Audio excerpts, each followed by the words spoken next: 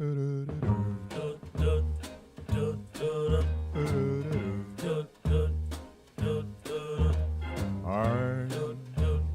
dreaming of a white Christmas, just like the ones I used to know,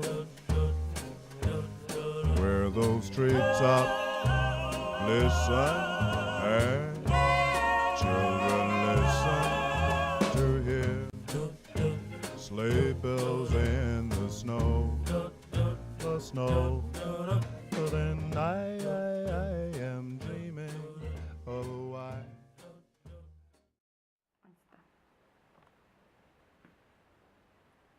Hi everybody from across the way. Well, I've been planning for a long time to put together a project for my family. I finally got to start it. I wanted to put together a collection of stories that I read to you so that you, your children, my grandchildren, and my great-grandchildren can enjoy them for a long, long time. I love you and I miss you all. My first story is New Shoes, Red Shoes by Susan Rawlings.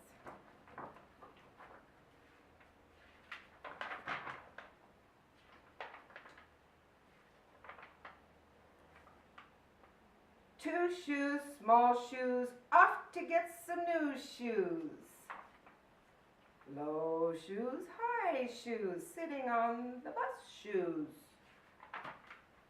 Flat shoes, summer shoes, friends with very pointy shoes. Warm shoes, soft shoes, tiny little baby shoes. Tired shoes, dirty shoes, rows and rows and rows of shoes. Blue shoes, pink shoes, red and shiny new shoes. Best shoes, special shoes, home with very precious shoes. New shoes, party shoes, time to put them on shoes. Happy shoes, dancing shoes, skipping to the party shoes. Ribbon shoes, sparkly shoes, big and noisy racing shoes. Magic shoes, disco shoes, mustn't step on these new shoes.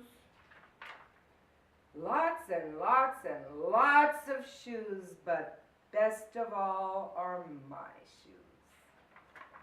The end.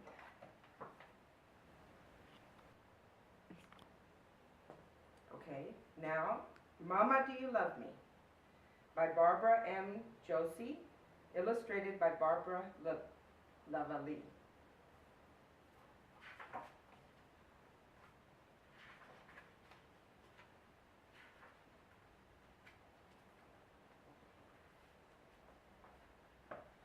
Mama, do you love me? Yes, I do, dear one. How much? I love you more than the raven loves his treasure, more than the dog loves his tail, more than the whale loves his spout. How long? I'll love you until the umiak flies into the darkness, till the stars turn to fish in the sky, and the puffin owls howls at the moon.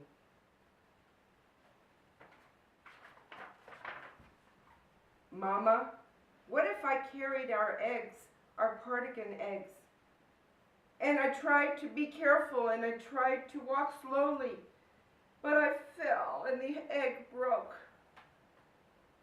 Then I would be sorry, but still I would love you. What if I put a salmon in your parka, ermine in your mittens, and lemmings in your mucklucks?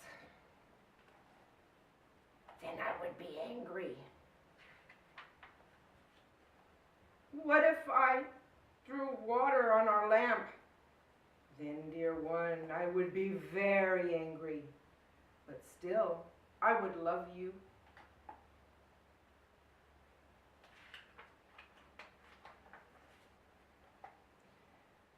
What if I ran away? Then I'd be worried. What if I stayed away and sang with the wolves and slept in a cave? Then, dear one, I would be very, very sad. But still, I would love you.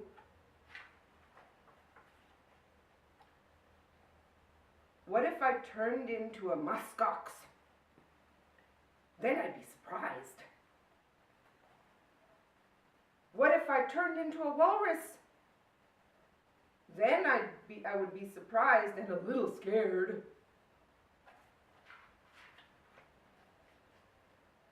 What if I turned into a polar bear and I was the meanest bear you ever saw?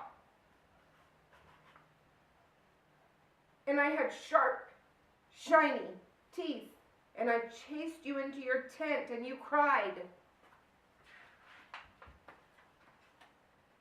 Then I would be very surprised and very scared, but still, inside the bear, you would be you, and I would love you. I will love you forever and for always, because you are my dear one.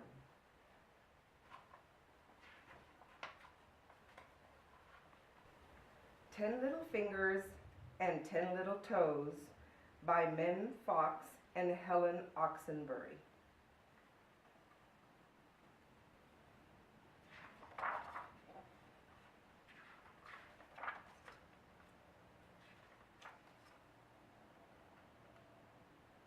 There was one little baby who was born far away, and another who was born on the very next day. And both of these babies, as everyone knows, had 10 little fingers and 10 little toes. There was one little baby who was born in a town, and another who was wrapped in an eiderdown.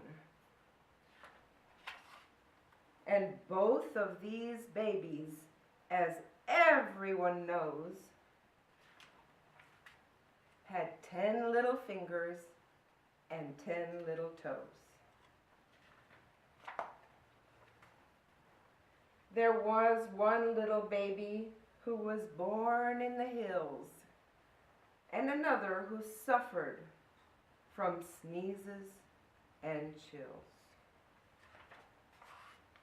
And both of these babies, as everyone knows, had 10 little fingers and 10 little toes. There was one little baby who was born on the ice, and another in a tent who was just as nice.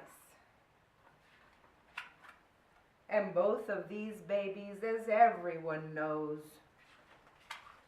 had 10 little fingers and 10 little toes.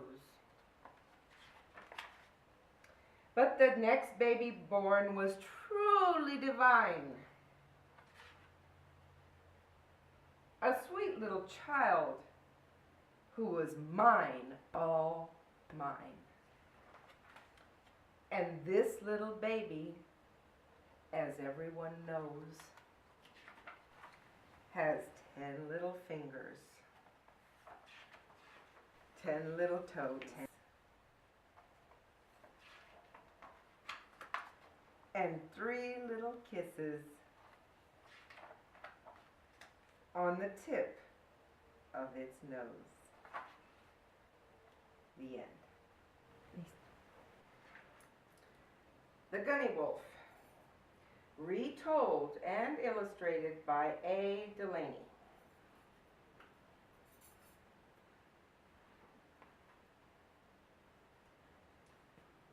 Once upon a time, a little girl and her father lived next to a deep, dark woods.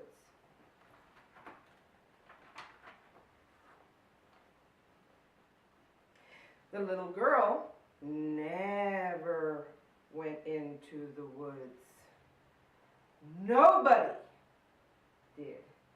The gunny wolf lived there.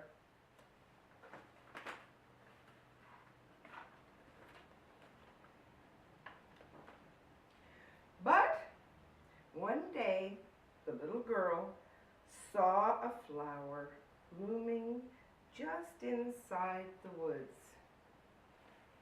The little girl forgot all about the gunny wolf. She stepped between the trees and picked a flower. And she sang A, B, C, D, E, F, G, H, I, J, K, L, M, N, O, P, Q, R, S, T, U, V, W, X, Y, Z.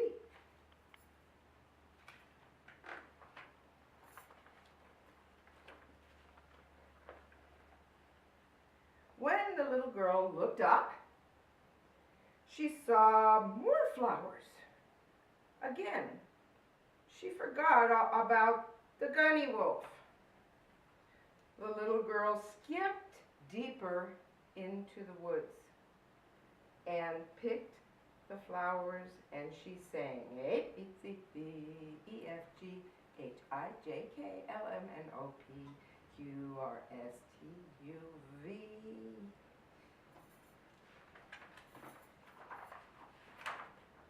When the little girl looked up, she saw even more flowers. Again, she forgot about the gunny wolf.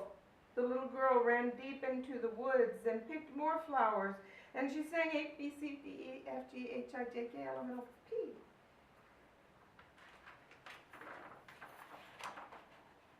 The little girl was far from home.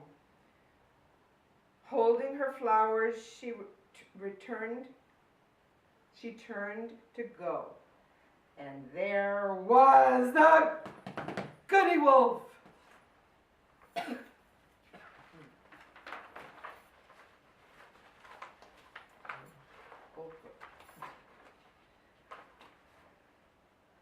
Little girl, said the gunny wolf, sing that sweet, good song to me. A, B, C, D, E, F, G, H, I, J, K, L, M, N, O, P, Q, R, S, T, U, V, W, X, Y, Z, sang the little girl in a tiny little voice. M, N, A, B, sang the gunny wolf and fell sound asleep. The little girl ran away as fast as she could. Pit-a-pat, pit-a-pat, pit-a-pat, pit-a-pat, pit-a-pat.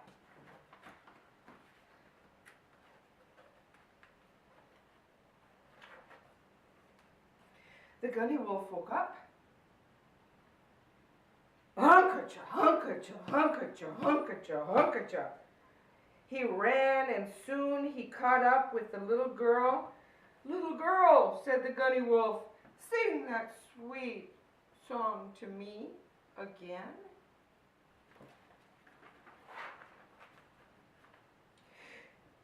A, B, C, D, E, F, G, H, I, J, K, L, M, N, O, P, Q, R, S, T, U, V, W, X, Y, Z, sang the little girl.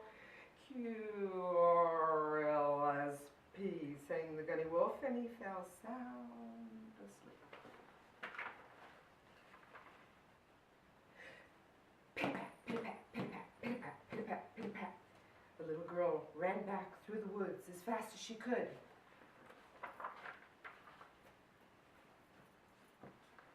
The gunny wolf woke up.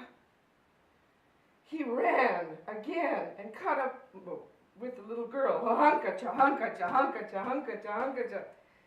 Little girl, said the gunny wolf, sing that good, sweet song again. A, B, C, D, E, F, G, H, L-M-N-O-P-Q-R-S-T-U-V-W-X-Y-Z. X, Y, Z, Z, Z, sang the Gutty Wolf, and he fell sound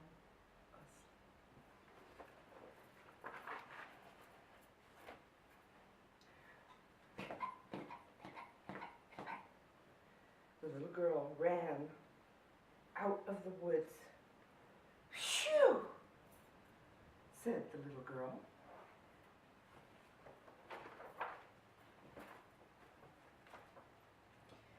But the next day and every day after that, when the little girl,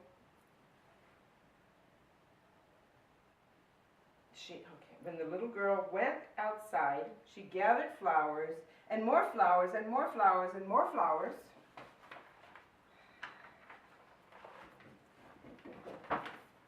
And she sang. A, B, C, D, F, G, and she sang. A, B, C, D, E, F, G, H, I, J, K, L, M, N, O, P, Q, R, S, T, U, V, W, X, Y, Z, the end.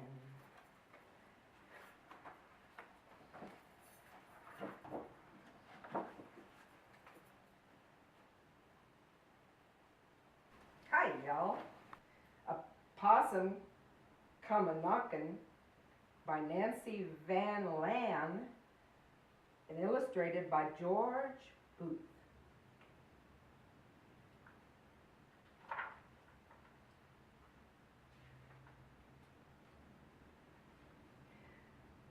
Possum come a-knockin' at the door, Possum come a-knockin' at the door. Granny was a-sittin' and a-rockin' and a-knittin' when a possum come a-knockin' at the door. Ma was busy cookin' in the kitchen making taters when a possum come a-knockin' at the door. Pa was busy fixin' and a-bangin' and a-poundin' when a possum come a-knockin' at the door. Pappy was a-whittlin', making play toys for the baby when a possum come a-knockin' at the door. Sis was tossin' baby while Pappy was a-whittlin' when a possum come a-knockin' at the door. Brother was untangling all the twiny line for fishin' while Sis was tossin' baby and Pappy was a-whittlin'. And Pa was busy fixin' and Ma was busy cookin'. And Granny was a-knittin' when a possum come a-knockin' at the door. Coon Dog was a-twitchin' and a-scratchin' in the corner when a possum come a-knockin' at the door. Tomcat started sniffin' and a-spittin' and a-hissin' when a possum come a-knockin' at the door. What's that? Sis said. Don't know, Brother said. What's that? Pa said. Don't know, Granny said. But that cat, she said, that cat ought to go. The dog started sniffing and paw-pawing and a-growling when the cat tail a-twitching and a-hissing and a-howling, making Granny stop a-knitting and the Pappy stop a-whittling and Baby start a-fussing and the brother start a-cussing 'cause a little old possum was a-knocking at the door. What's that? Granny said. Don't know, Pappy said. What's that? Ma said. Don't know, Pa said. Then I creepy across the floor and peeped under the door. It's a possum come a-knocking at the door, I said. It's a possum come a-knocking on the door. When Brother came a-leaping and Sis came a-running and Baby came a-crawling and Dog started howling and Pappy started chuckling, and Granny's eyes a-twinkling, as Ma followed Pa to the door. "Now, hush," Pa said. "Now, hush," Ma said, and slowly Pa opened the door. "Now, y'all stop a-hollering and your fussing and your cussing, 'cause there no nothing that's a-knocking at the door." "No possum?" Pappy said. "No possum," Pa said. "No possum?" Granny said. "No possum," Ma said. Then we all started doing like before. Granny was a-sittin' while Pappy was a-whittlin', Ma was a-cookin' while Pa was a-fixin'. Brother was untangling while Sis was tossin' baby. Goondog was a-scratchin' and Tomcat was a-lickin'. And I was just a-sittin' and a-lookin' out the winder when I saw what I saw scoot up that old oak tree. A possum was a-scootin' and a-scramblin' and a-danglin'. That poppin' was a-knockin' made a fool out of me. Hello, happy Halloween. John Pig's Halloween by Jan L. Waldron and pictures by David McPhail.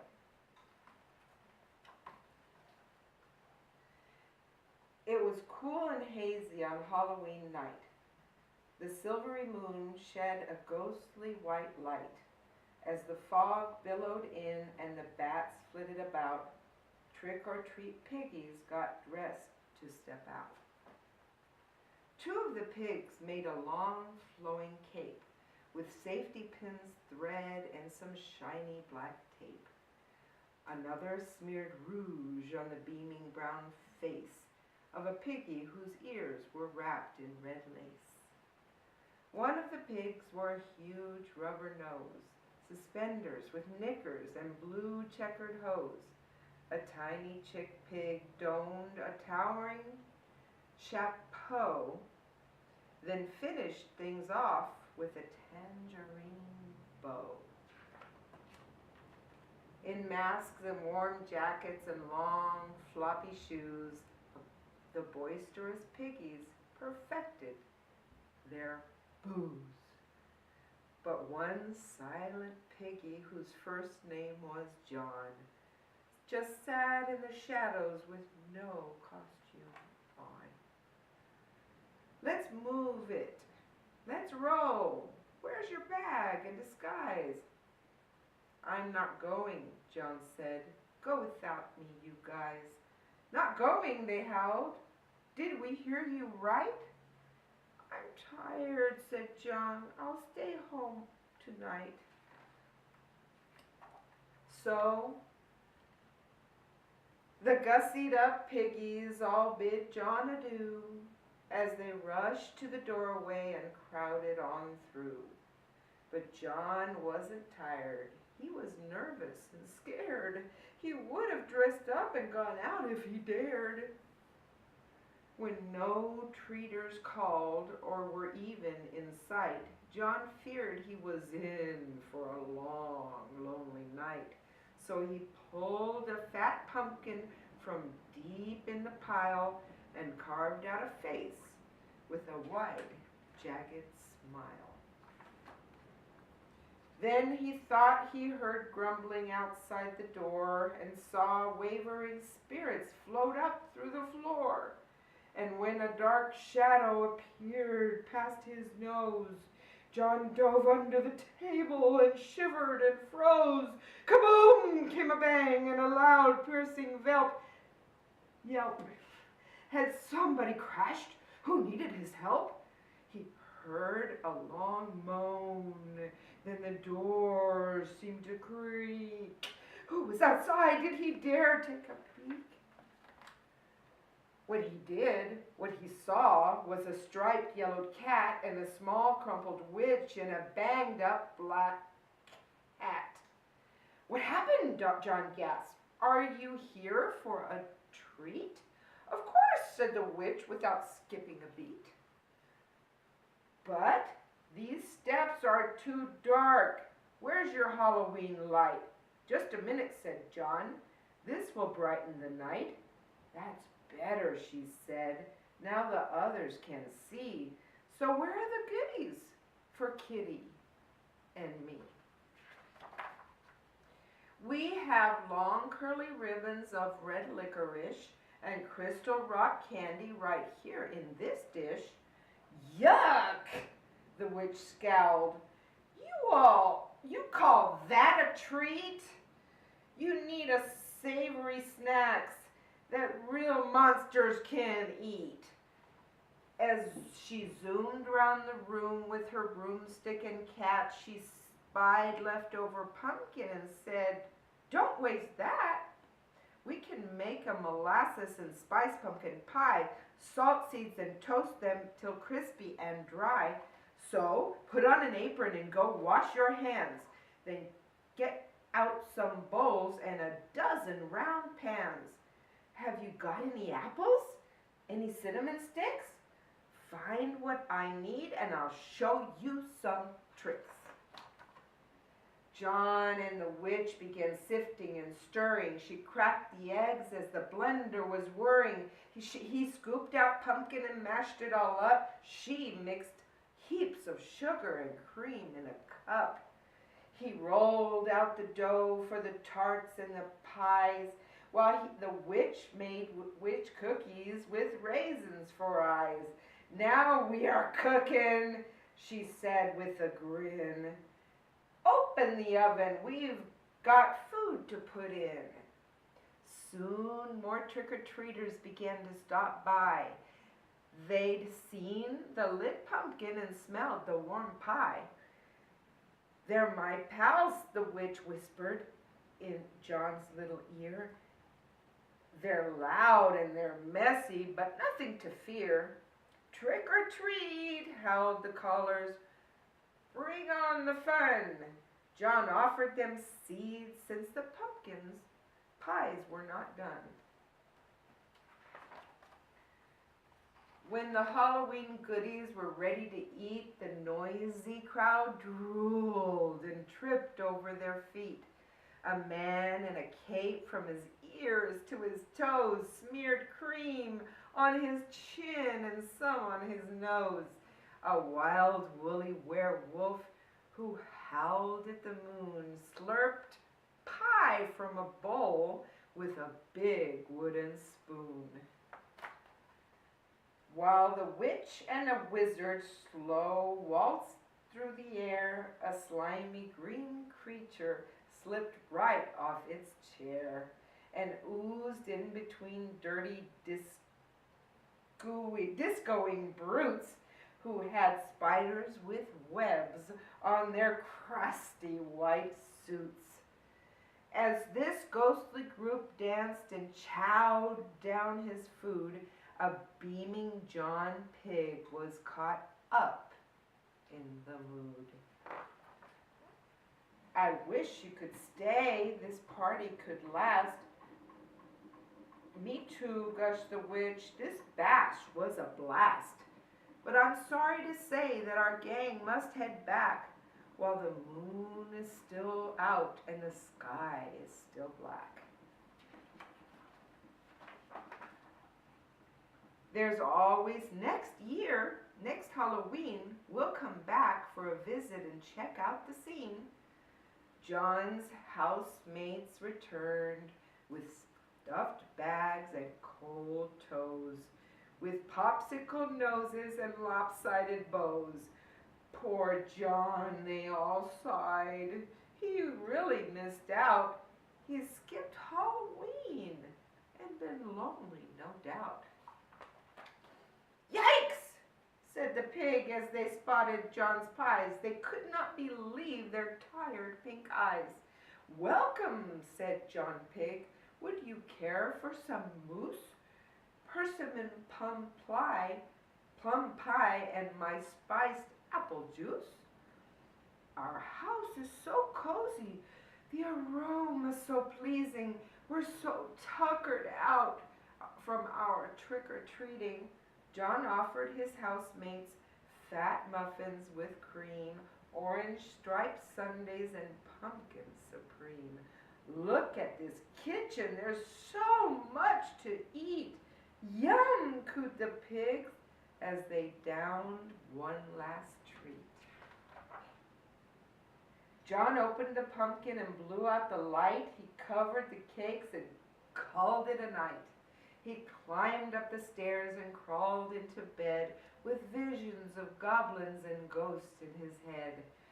In the dark, he slept soundly, no longer afraid, and dreamed of many new friends that he'd made.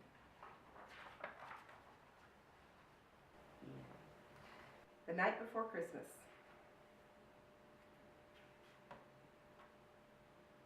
Illustrated by Douglas Grossling.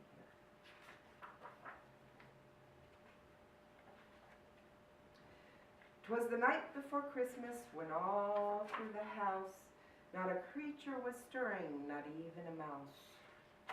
The stockings were hung by the chimney with care, in hopes that St. Nicholas soon would be there. The children were nestled all snug in their beds, while visions of sugar plums danced in their heads. And Mama in her kerchief and I in my cap had just settled down for a long winter's nap, when out on the lawn there arose such a clatter. I sprang from my bed to see what was the matter. Away to the windows I flew like a flash, tore open the shutters and drew up the sash. The moon on the breast of the new fallen snow gave a luster of midday to objects below. When what to my wondering eyes should appear but a miniature sleigh and 8 tiny reindeer, with a little old driver so lively and quick, I knew in a moment it must be St. Nick. More rapid than eagles, his coursers they came. He whistled and shouted and called them by name. Now Dasher, now Dancer, now Prancer, now Vixen, on Comet, on Cupid, on Donner and Blitzen, to the top of the porch, to the top of the wall. Now dash away, dash away, dash away all.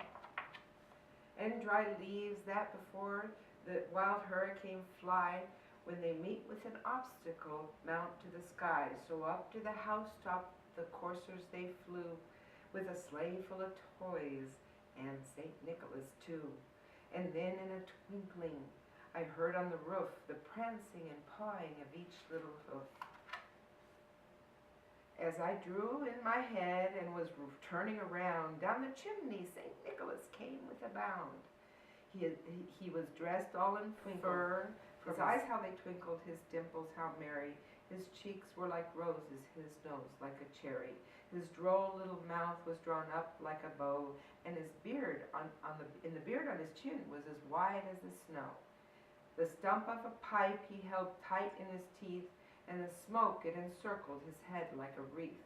He had a broad face and a round little belly that shook when he laughed like a bowl full of jelly. He was chubby and plump, a right jolly old elf, and I laughed when I saw him in spite of myself. A wink of his eye and the twist of his head soon gave me to know I had nothing to dread. He spoke not a word, but went straight to his work, and filled all the stockings, then turned with a jerk, and laying his finger aside of his nose, and giving a nod up the chimney he rose. He sprang to his sleigh, and his team gave a whistle, and away they all flew like the down of a thistle. But I heard him explain ere he rode out of sight. Happy Christmas to all, and to all a good night. Merry Christmas, everybody. I love you.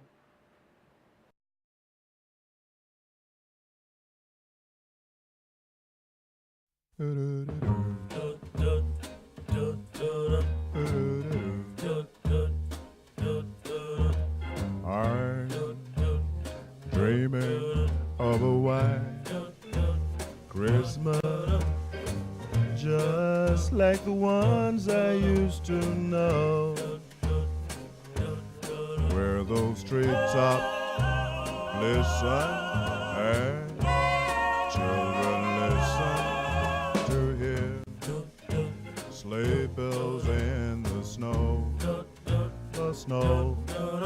Then I am dreaming of a white Christmas, with every Christmas card I write. May your days, may your days, may your days be merry and bright. And may all your Christmases be white. Has 10 little fingers, 10 little nose. Excelente. No, dije 10 little nose. No te... 10 little nose. 10, 1, 2, 3, 4.